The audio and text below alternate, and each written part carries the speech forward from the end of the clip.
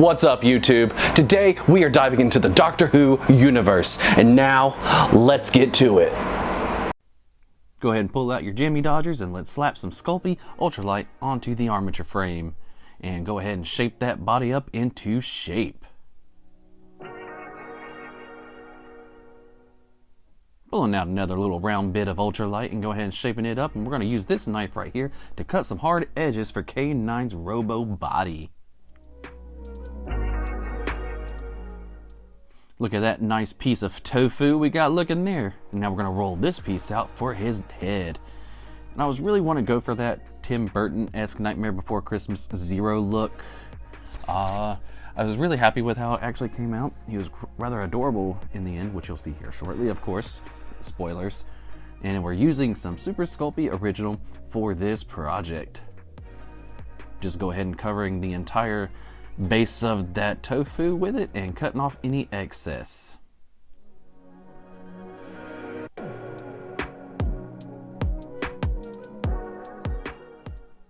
Go ahead and cut some more out to give some recessed areas.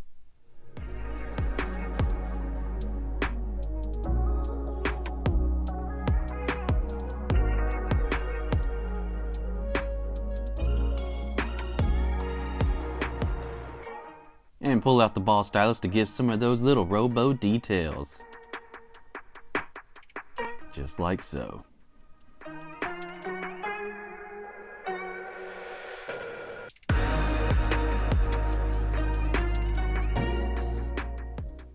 I went ahead and pre-cut out some letters K9, obviously, and we're just slapping it into the empty area right there. Looking pretty nifty. And I went ahead and did that on both sides actually. And for his little cute little face, pushing in some little robotic little ear thingamajigs. And we're gonna make his eyes one solid piece. And using this, I don't know the name of it, and creating the lines in his visor eyes. I do know it carbs, but man, he's looking fresh. Now once the goodest boy is sitting out there just chilling, we're going to add some more Super Sculpey Original to the torso of the Doctor. And adding some tapered snakes of clay where I had slit down the middle and just wrapping it around the armature wire for the legs on both sides. I do this quite often. And cutting off any excess and blending it into the body.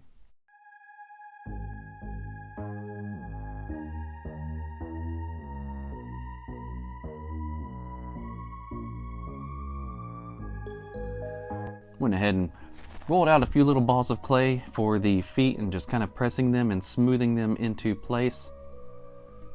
Then you want to take out some flattened snakes of clay and just kind of complete the bottom of the pants there. You can blend them or you can leave them as is. I just kind of left them as is and using the back end of a paintbrush to add some folds and wrinkles to them. And using another flattened piece of clay and creating the waistline of those pants. And just blending those bottom edges in, adding that whole other dimension. Taking my cone rubber shaper and adding some wrinkles from under or from behind the pants from the shirt to give it that tucked in appearance. And using my Explorer tool to create the line to start off his shirt and some details into his pants.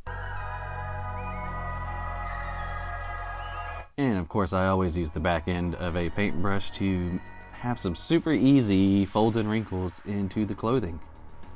Because why not?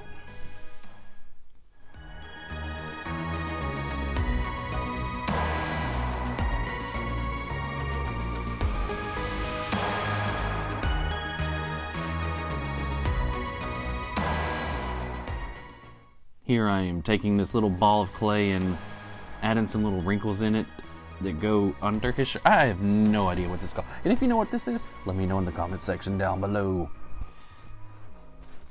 And adding a flattened sheet of clay to blend that in for the create the top of the shirt, and using some cos clay for his jacket and his tails. That way there, because cos clay is still flexible even after baking, so it makes it really easy when it comes to like painting, and all the fragile bits, of course, are not so fragile anymore when you're using cos clay. Adding his lapels right there. And I take in this really long flattened piece of clay and just kind of getting that, you know, that scarf where it needs to be.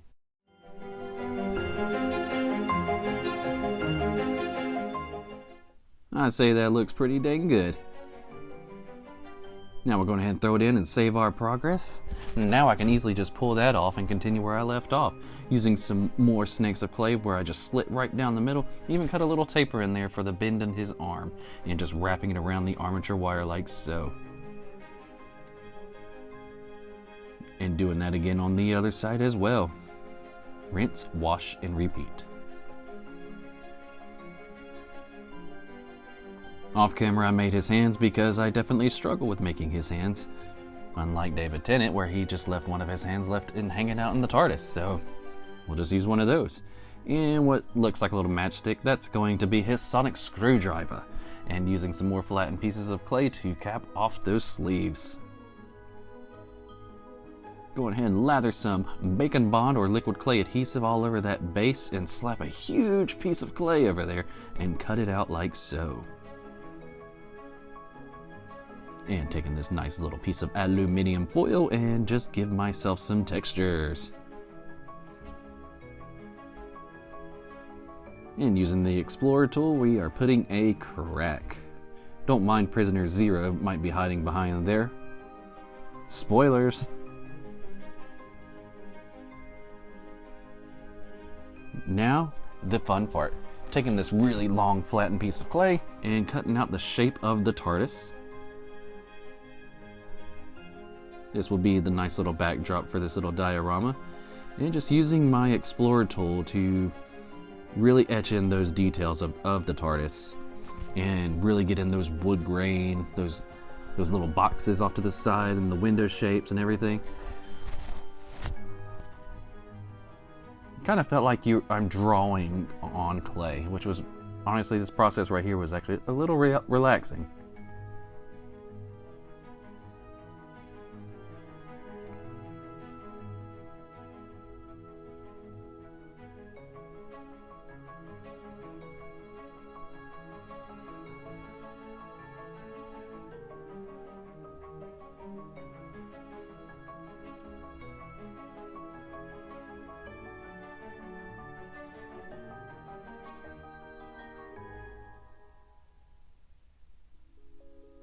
Now we got this piece of ultralight. We're going to slap some, we're using Sculpey Living Doll for the face, which I absolutely love this clay for the face.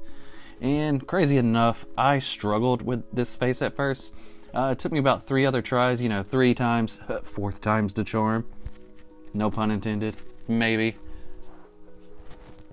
But just slapping some chunks of clay all over, just getting clay all over. And yes, the top of his head is flat because that's where we're going to put his hat. And just using the ball stylus to really work in some details back then in there. And I love using these little eyes I've got off Amazon. They're really, really neat. But I really wanted that little factor, that quirky attitude that Tom really, really has. And then just take that ball stylus and just smash it into those nostrils.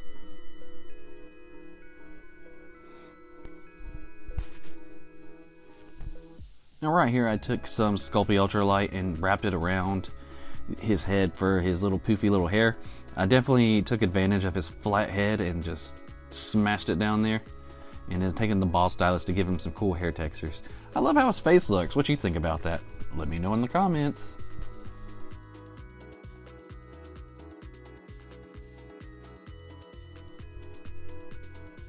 Putting a flat piece of clay there and another piece of ultralight so it's not so top heavy, and let's throw him in the oven.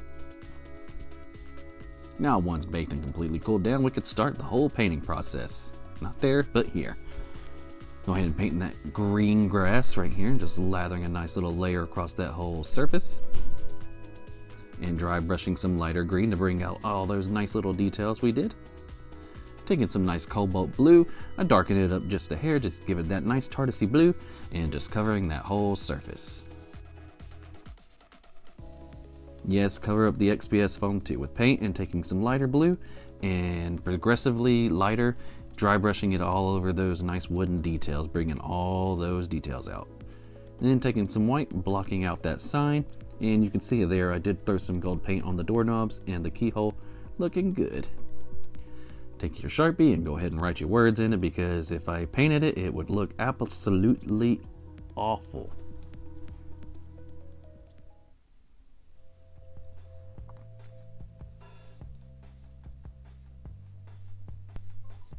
Looks pretty darn good. Go ahead and take your black paint. We're going to cover K9's whole body with black paint. He is going to be so adorable, not even a Cyberman could deny how adorable he is. Painting the whole surface black really makes the metallic paints really pop out and shine like they need to, because we're going to be using a gunmetal paint for K9. As you see right here, it's a little hard to see on camera, but in person it does look really, really good. Go ahead and paint all those areas you want metal.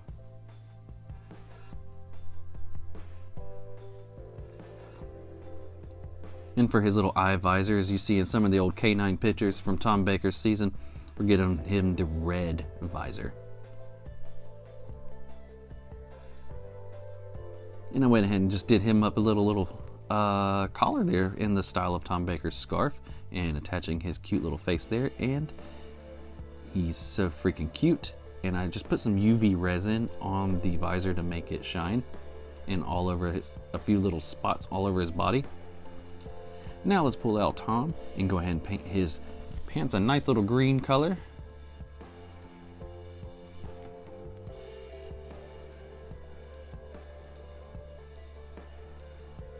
And then dry brush some lighter green as well.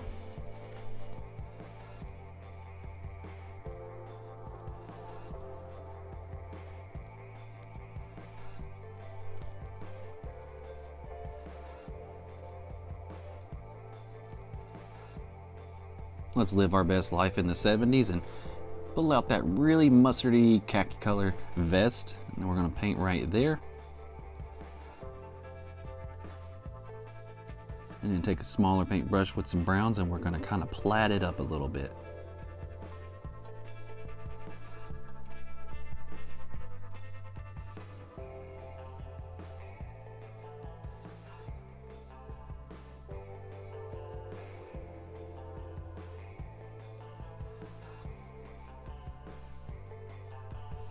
Not too bad. And then for that thingy that's sticking out of his shirt, vest thing, painting it red. And dry brushing those details. And then I'm taking a really richer, darker crimson red and painting his jacket.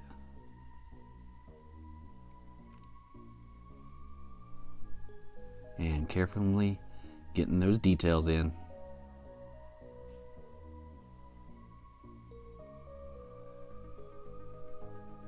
And of course, lighten that up a little bit for some dry brush to really highlight all those edges and details.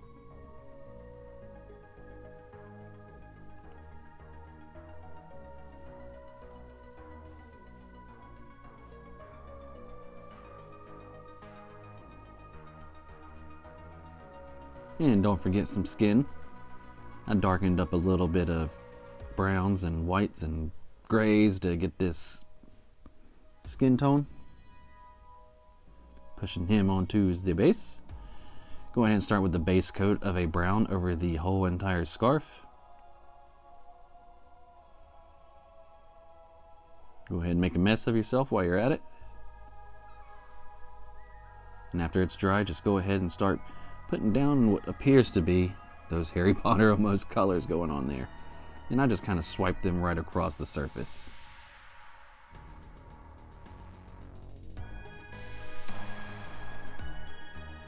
Of course, the pattern wasn't accurate. I kind of took some artistic liberties and just made a very simple pattern. The end result for me is still pretty satisfying. As long as he's got this giant scarf, I'm pretty happy with it. And there we are, placing it on there and wrapping it around his arm. Now we shall paint his face, going back over with that skin tone. And it's okay to paint over those glass cabochons because you can always scratch that paint away once completed. And I put a little bit of darker brown in the eyes just to give him a little bit more dimension.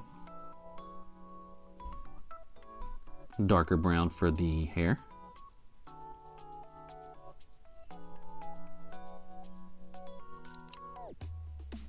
Dry brush that hair to bring out those little curly cues details going on there.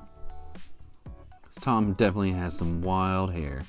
And a super dark brown, almost black for the hat.